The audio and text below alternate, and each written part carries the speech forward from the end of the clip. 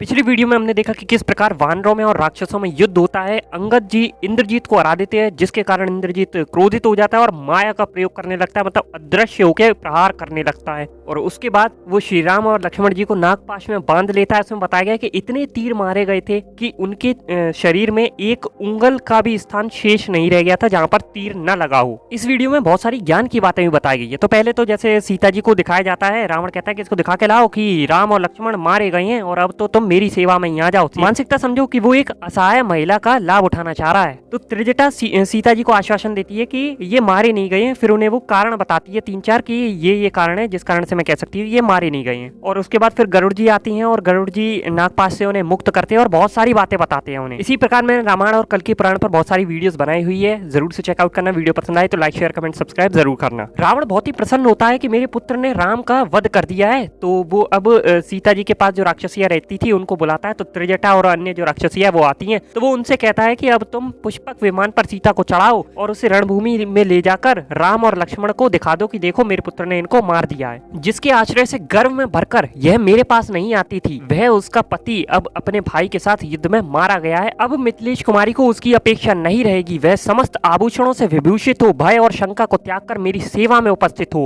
मानसिकता देखो, वही मुगलों वाली मानसिकता है। ये राक्षस सारे एक जैसे होती हैं कि मतलब एक तरफ तो उसके पति को, सीता जी के पति को और देवर को मार दिया है, तो अब तुझे उसकी अपेक्षा नहीं रहेगी, तो अब तू मेरी सेवा में आ जा। और सेवा क्या करनी है वो आप जानते हो। आज रणभूमि में काल के अधीन हुए राम और लक्ष्मण को देखकर वह उनकी ओर से अपना मन हटा लेगी तथा अपने लिए दूसरा कोई आश्रय न देखकर उधर से निराश हो विशाल लोचना सीता स्वयं ही मेरे पास चली आएगी। मतलब किसी की मजबूरी है, देख रहे हो, उसको फायदा उठाया जा रहा है यहाँ पर। तो राक्षसिया थी वो तो भाई उसी के अधीन थी रावण के। वो जाती है सीता जी को और पुष्पक विमान में चढ़ाकर वहां ले जाती है। और इधर ये एकदम हर्ष से पागल ही हो जाता है। मतलब ये तो सोचता है कि बस अब तो मैं जीत गया। उसके बाद वो सब जगह नगर में घोषणा करवा देता है कि राम और लक्ष्मण इंद्रजीत द्वारा मारे गए हैं युद्ध में। तो सीता जी जब वहां पहुंचती है तो वो देखती है कि जो राक्षस है बड़े प्रसन्न हो रहे हैं और वानर है बहुत दुखी है, बहुत सारे वानर मारे गए हैं। और जो राम और लक्ष्मण है वो सभी एकदम बाण शैया पर पड़े हुए हैं, कोई चेष्टा नहीं हो रही है एकदम उनमें। उनके कवच टूटे हुए हैं, धनुष बाण अलग पड़े हैं, सहायकों से सारे अंग छिद गए थे और बाण समूहों के बने हुए पुतले की भांति वो जान पड़ रहे थे।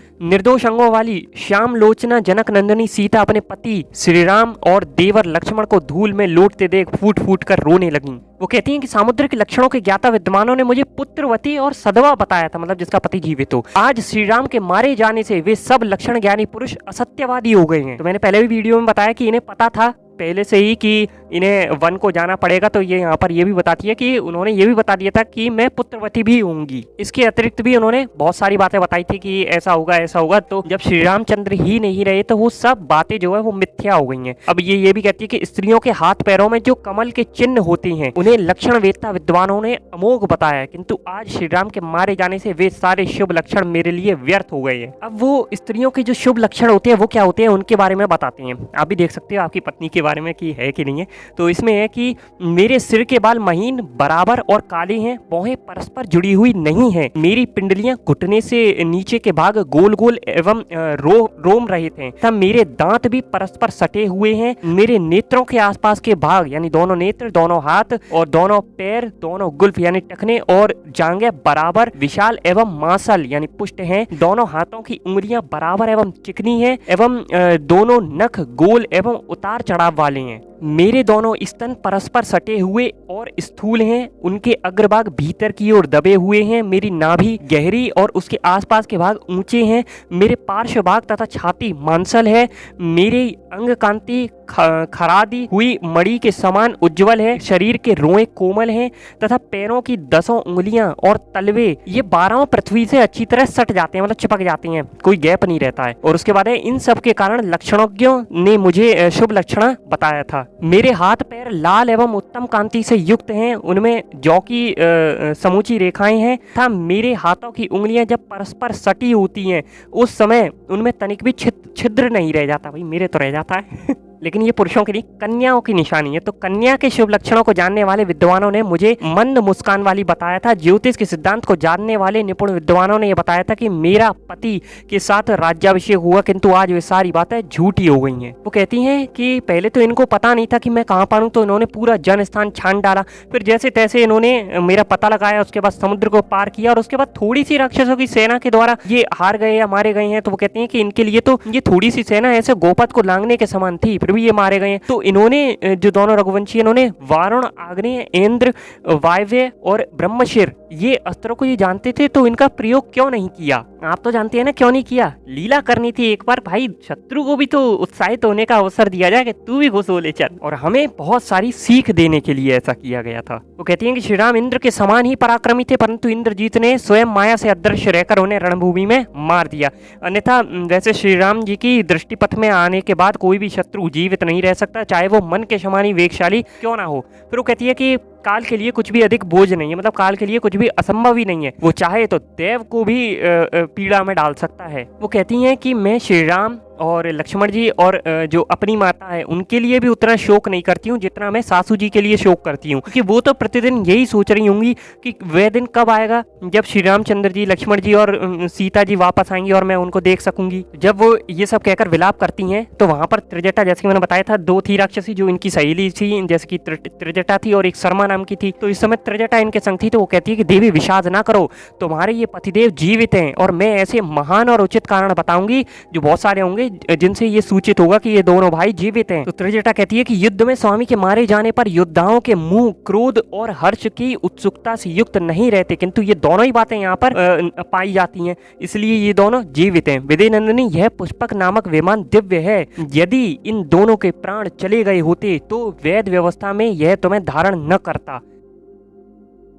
और इसके अतिरिक्त जब प्रधान वीर मारा जाता है तब उसकी सेना उत्साह और उद्योग से हीन हो युद्ध में ऐसे युद्ध स्थल में ऐसे मारी मारी फिरती है, परंतु यहाँ पर ऐसा कुछ नहीं दिखाई देता है। और ये लोग श्री रामचंद्र और लक्ष्मण जी की एक तरह से रक्षा कर रहे हैं, मतलब ये जीवित हैं अभी। और वो सीता जी की प्रशंसा करती है कि मतलब आपका जो चरित्र है, स्वभाव है, वो बहुत ही अच्छा है, इसलिए आप मेरे मन में घर कर गई हो, अतः मैंने तुमसे पहले कभी भी झूठ नहीं कहा है और न ही आगे कहूंगी। इन दोनों वीरों को रणभूमि में इंद्र सही संपूर्ण देवता और असुर भी नहीं जीत सकते, वैसा लक्षण देखकर ही मैंने तुमसे ये बातें कही हैं। त्रिजटा कहती है कि आश्चर्य की बात है कि देखो कि इतने सारे बाण लगे हैं, जैसे कि मैंने बताया था कि एक उंगल भी शेष नहीं रह गया था, इतने बाण मारे थे। इतना सब कुछ होने पर भी लक्ष्मी यानी कि जो शरीर की कांति है वो इनका त्याग नहीं कर रही है। जिनके प्राण निकल जाते हैं या जिनकी आयु समाप्त हो जाती है, उनके मुख पर यदि दृष्टिपात किया जाता है तो वहाँ विकृति सी दिखाई देती है, परंतु इनकी तो मुखाग्रति जैसी थी वैसी बनी हुई है, इसलिए ये जीवित हैं। तो ये सब बातें कहने के बाद वो उनसे कहती हैं, सांत्वना देती हैं कि दुखी मत हो, और उसके बाद वो विमान को लौटाकर वहीं पर ले चलते हैं लंका में, और सीता जी को वहीं पर अशोक वाटिका में छोड़ दिया जाता है। इसी बीच में पराक्रमी श्रीराम नागपाश से बंधे होने पर भी अपने शरीर की दृढ़ता और शक्तिमत्ता के कारण मूर्छा से जाग उठे। उसके बाद वो देखते हैं कि जो लक्ष्मण जी हैं वो खून से एकदम लथपथ हो रहे हैं, तो वो दुखी हो जाते हैं, विलाप करने लगते हैं। वो कहते हैं कि अगर मैं सीता जी को पा भी लूं, वो मुझे मिल भी जाए, तो भी इस जीवन को रखकर अब मैं क्या ही करूंगा। वो कहते हैं कि अगर लक्ष्मण जी न रहे तो मैं भी अपने प्राणों का त्याग कर दूंगा। और वो मतलब यही सोचती हैं कि मैं अगर लक्ष्मण के बिना अयोध्या में गया तो कौशल्या माता, कैकई माता, सुमित्रा माता, इनको क्या उत्तर दूंगा, शत्रुघ्न है, भरत है, इनको क्या उत्तर दूंगा। उन्हें बहुत सी बातें स्मरण होती है और वो कहती है कि मुझे ऐसा कोई प्रसंग याद नहीं आता जबकि वीर लक्ष्मण ने अत्यंत कुपित होने पर भी मुझे कभी कोई कठोर या अप्रिय बात सुनाई हो। लक्ष्मण एक ही वेग से 500 बाणों की वर्षा करते थे, इसलिए धनुर्विद्या में कार्तवीर्य अर्जुन से भी बढ़कर थे। लक्ष्मण अपने अस्त्रों द्वारा महात्मा इंद्र के भी अस्त्रों को काट सकते थे। मैं विभीषण को राक्षसों का राजा न बना सका, अतः मेरा वह झूठा प्रलाप मुझे सदा जलाता रहेगा, इसमें संशय नहीं है। फिर वो सुग्रीव जी से भी कहते हैं कि तुम भी चले जाओ, क्योंकि मेरे बिना तुम्हें असहाय समझकर रावण तुम्हारा तिरस्कार करेगा, और अंगद जी और नल और नील को आगे कर तुम समुद्र को पार करके चले जाओ। और जो लंगूरों के स्वामी हैं गवाक्ष और रीक्षराज जी, उनसे भी कहती हैं कि तुमने बहुत अच्छा कार्य किया, एकदम महान पुरुषार्थ दिखाया है, मैं तुम सबसे संतुष्ट हूँ। इसी प्रकार वो सबका धन्यवाद करते हैं, सबकी प्रशंसा करते हैं और कहते हैं जिसको जहाँ जाना है वो सब अब चले जाएं। तो ये सब बातें सुनकर वहाँ जो वानर थे वो भी अत्यंत दुखी हो जाते हैं और नेत्रों से आंसू बहाने लगते हैं। अच्छा, उसी समय विभीषण जी आते हैं वहां पर हाथ में गदा लेकर। तो जो इंद्रजीत है वो भी राक्षस है और एकदम काले हैं, काले कोयले की राशि के समान है। तो उन्हें देखकर ये सब समझती हैं कि इंद्रजीत आ गया, तो सब वानर इधर उधर भागने लगते हैं। तो सुग्रीव जी जामवान जी से कहती हैं कि ये विभीषण जी आए हैं, इंद्रजीत नहीं आया है, तो जो वानर है वो डर के मारे भाग रहे हैं, तो उनको भागने से रोको। उसके बाद वो कहते हैं कि हाय जिन्हें युद्ध अधिक प्रिय था, जो बल विक्रम से संपन्न थे, वे ही दोनों भाई श्री राम और लक्ष्मण माया से युद्ध करने वाले राक्षसों द्वारा इस अवस्था को पहुंचा दिए गए हैं। और हमें दिन रात क्या रटाया जाता है कि अहिंसावादी बनो। लेकिन यहाँ तो ये कह रहे हैं कि राम और लक्ष्मण को युद्ध अधिक प्रिय था। अब हमें अहिंसावादी क्यों बनाया गया है? ताकि हम ऐसे ही नपुंसक बने रहे। जैसे कि आज हमारे घर में डंडा तक नहीं मिलता और सामने वालों के घर में हथियार, बम, गोले, बंदूकें, तलवार सब मिलती है। यानी वो अत्याचार करते रहे और तुम सहते रहो, तुम अहिंसा करते रहो बस। उन दूसरे आतंकवादियों से कभी नहीं कहा जाएगा कि तुम भी अहिंसा करो, तुम कोई भी अपने घर में हथियार मत रखो, उनसे हमसे ही कहा जाएगा। तो ये सोचने वाली बातें हैं। विभीषण कहते हैं कि ये दोनों वीर सरलता पूर्वक पराक्रम प्रकट कर रहे थे, परंतु भाई के इस दुरात्मक कुपुत्र ने अपनी कुटिल राक्षसी बुद्धि के द्वारा इन दोनों के साथ धोखा किया है। ये चीज हमें हमेशा स्मरण रखनी चाहिए कि जब दुष्ट राक्षस ऐसे प्रवृत्ति के लोग होते हैं ना, वो अच्छी प्रकार से नहीं जीत पाते, तब वो ऐसे ही धोखेबाजी करते हैं। विभीषण जी बहुत दुखी हो रहे थे कि राज्य पाना तो बहुत दूर की बात है, क्योंकि उन्हें कह दिया था कि राज्य मिलेगा। वो तो कहते हैं कि सीता जी को भी अब वापस नहीं करेगा रावण। तो जब वो बहुत दुखी होती है तो सुग्रीव जी उन्हें ढांढस बनाते हैं। वो कहते हैं कि तुम्हें लंका का राज्य अवश्य प्राप्त होगा, इसमें संशय नहीं है। पुत्र सहित रावण यहाँ अपनी कामना पूरी नहीं कर सकेगा। ये दोनों भाई श्री राम और लक्ष्मण मूर्छा त्यागने के पश्चात गरुड़ की पीठ पर बैठकर रणभूमि में राक्षस गणों सहित रावण का वध करेंगे। उसके बाद बगल में उनके ससुर खड़े थे सुग्रीव जी के, सुषेण जी। उनसे कहते हैं कि आप होश में आ जाने पर इन दोनों शत्रुसूदन श्री राम और लक्ष्मण को साथ में लेकर वानर गणों के साथ किष्किंधा को चले जाइए। मैं रावण को पुत्र और बंधु बांधवों सहित मारकर उनके हाथ से मिथिलेश कुमारी सीता को उसी प्रकार छीन लाऊंगा जैसे देवराज इंद्र अपनी खोई हुई राज लक्ष्मी को दैत्यों के यहाँ से हर लाए थे। उनकी बात सुनकर सुषेण जी कहती है कि पूर्व काल में जो देवासुर महायुद्ध हुआ था उसे हमने देखा था। उस समय अस्त्र शस्त्रों के ज्ञाता तथा लक्ष्य वेद में कुशल देवताओं को बारंबार बाणों से आच्छादित करते हुए दानवों ने बहुत घायल कर दिया था। उस युद्ध में जो देवता अस्त्र शस्त्रों से पीड़ित, अचेत और प्राण शून्य हो जाते थे, उन सब की रक्षा के लिए बृहस्पति जी मंत्र युक्त विद्याओं तथा दिव्य औषधियों द्वारा उनकी चिकित्सा करते थे। यहाँ पर यह भी लिखा है कि प्राण शून्य हो जाते थे, मतलब तब भी उन्हें जीवित कर दिया जाता था। या फिर मेरी राय है कि उन औषधियों को ले आने के लिए संपाति और पनस आदि वानर शीघ्र ही वेग पूर्वक क्षीर सागर के तट पर जाएं। संपाति आदि वानर वहां पर्वत पर प्रसिद्ध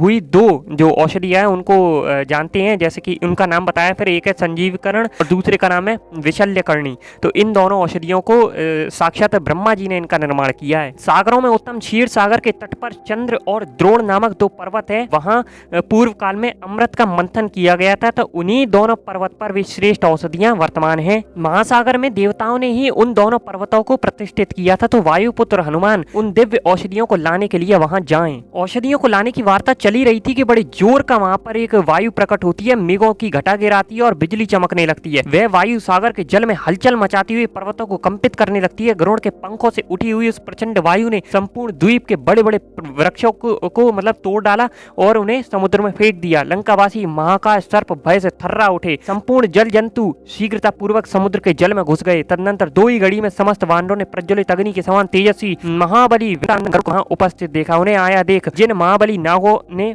बाण रूप में आकर दोनों महापुरुषों को बांध रखा था, वे सब के सब वहां से भाग खड़े हुए। तत्पश्चात गरुड़ ने उन दोनों रघुवंशी बंधुओं को स्पर्श करके अभिनंदन किया और अपने हाथों से उनके चंद्रमा के समान कांतिमान मुखों को पहुंचा। गरुड़ जी का स्पर्श प्राप्त होते ही श्री राम और लक्ष्मण के सारे घाव भर गए। उनके शरीर तत्काल ही सुंदर कांति से युक्त एवं स्निग्ध हो गए। उनमें तेज, वीर, बल, ओज, उत्साह, दृष्टि शक्ति, बुद्धि, स्मरण शक्ति आदि महान गुण पहले से भी 2 गुना हो गए थे। फिर महातेजस्वी गरुड़ ने उन दोनों भाइयों को जो साक्षात इंद्र के समान थे उठाकर हृदय से लगा लिया। और तब श्री रामचंद्र जी कहते हैं, हम लोगों पर जो संकट आया था आपकी कृपा से हम उसे लांघ गए हैं। आप विशिष्ट उपाय के ज्ञाता हैं, अतः आपने हम दोनों को शीघ्र ही पूर्ववत बल से संपन्न कर दिया, मतलब पहले जैसे थे वैसे ही बना दिया है। उसके बाद वो गरुड़ जी के रूप रंग की और सभी प्रकार से उनकी प्रशंसा करती है और उनसे कहती है कि हमें जानना चाहते हैं कि आप कौन है। हालांकि यहाँ बताया गया कि सर्वज्ञ होते हुए भी भगवान ने मान भाव का आश्रय लेकर, मतलब गरुड़ जी का भी मान बढ़े, इसलिए उनसे पूछा था कि आप कौन है, हमें बताएं। तो इतना सुनकर तो भाई प्रसन्नता होती है कि मेरे प्रभु मेरी इतनी प्रसन्नता कर रहे हैं, मेरा मतलब मान बढ़ा रहे हैं। तो वो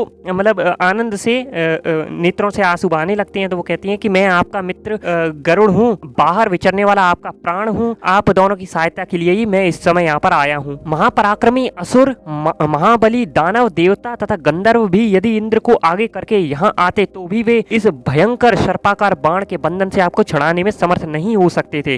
क्रूर कर्मा इंद्रजीत ने माया के बल से जिन नाग रूपी बाणों का बंधन तैयार किया था, वे नाग ये कद्रू के ही पुत्र थे। इनके दांत बड़े तीखे होते हैं। इन नागों का विष बड़ा भयंकर होता है। ये राक्षस की माया के प्रभाव से बाण बनकर आपके शरीर से लिपट गए थे। मैं देवताओं के मुख से आप लोगों की नागपाश में बंधने का समाचार सुनकर बड़ी उतावली के साथ यहाँ पर आया हूँ। हम दोनों में जो स्नेह है उससे प्रेरित हो मित्र धर्म का पालन करता हुआ सहसा आ पहुंचा हूँ। और वो भी यही बात कहती है जो मैं बार बार कहता हूँ कि ये जो भी राक्षस होती है ना, इसी प्रकार से कपटपूर्ण युद्ध करते हैं। हमेशा यही करेंगे, आपको बताएंगे, झूठ बोलेंगे, इसी प्रकार से आपको धोखा देने की कोशिश करेंगे। तो आपको कभी भी इनका विश्वास नहीं करना चाहिए। ये याद रखना चाहिए, जैसे हम कहते हैं ना कि सारे राक्षस बुरे नहीं होते हैं, भाई सारे ही बुरे होते हैं, बस कोई कम होता है, कोई ज्यादा होता है, बहुत कम होते हैं, एकदम 0.1%, 1%, 2% कह लो कि जो ठीक होंगे, वो जो विभीषण जैसे होंगे, बाकी सब एक जैसे होते हैं। वरना इतने करोड़ों राक्षस थे, एक विभीषण ही आया इधर कि भाई मेरे को धर्म समझ में आता है और रावण ने गलत किया इसलिए मैं राम की तरफ जा रहा हूँ। बाकी उनके 4 मंत्री भी आए थे साथ में, मतलब और कोई नहीं आ रहा था और सब रावण का ही साथ दे रहे हैं। और फिर वो ये भी कहते हैं कि मैंने जो अपने आप को आपका सखा बताया है ना, तो इसके विषय में आपको अपने मन में कोई भी कौतूहल नहीं रखना चाहिए। आप युद्ध में सफलता प्राप्त कर लेने पर मेरे इस साख्य भाव को स्वयं ही समझ लेंगे। मतलब वो बता रहे हैं कि आप ही विष्णु जी का अवतार हैं और समय आएगा तो आप जान जाएंगे कि मैं कौन हूँ। और जैसे कि हमें पता है कि ये लीला है, लिखा तो पहले ही हुआ है सब कुछ कि सीता जी को वापस ये लाएंगे, युद्ध यही जीतेंगे, ये सब तो होना ही था। तो ये एक लीला कर रहे हैं। तो वो यही कहती हैं कि आप समुद्र की लहरों के समान अपने बाणों की परंपरा से लंका की ऐसी दशा कर देंगे कि यहाँ केवल बालक और बूढ़े ही शेष रह जाएंगे। तो जो लोग कहते हैं ना कितनों को मारेंगे, तो इतनों को मारेंगे। अब देख लो इन्होंने कितनों को मारा है। और ये सब के बाद वो उनकी परिक्रमा करते हैं और फिर चले जाते हैं।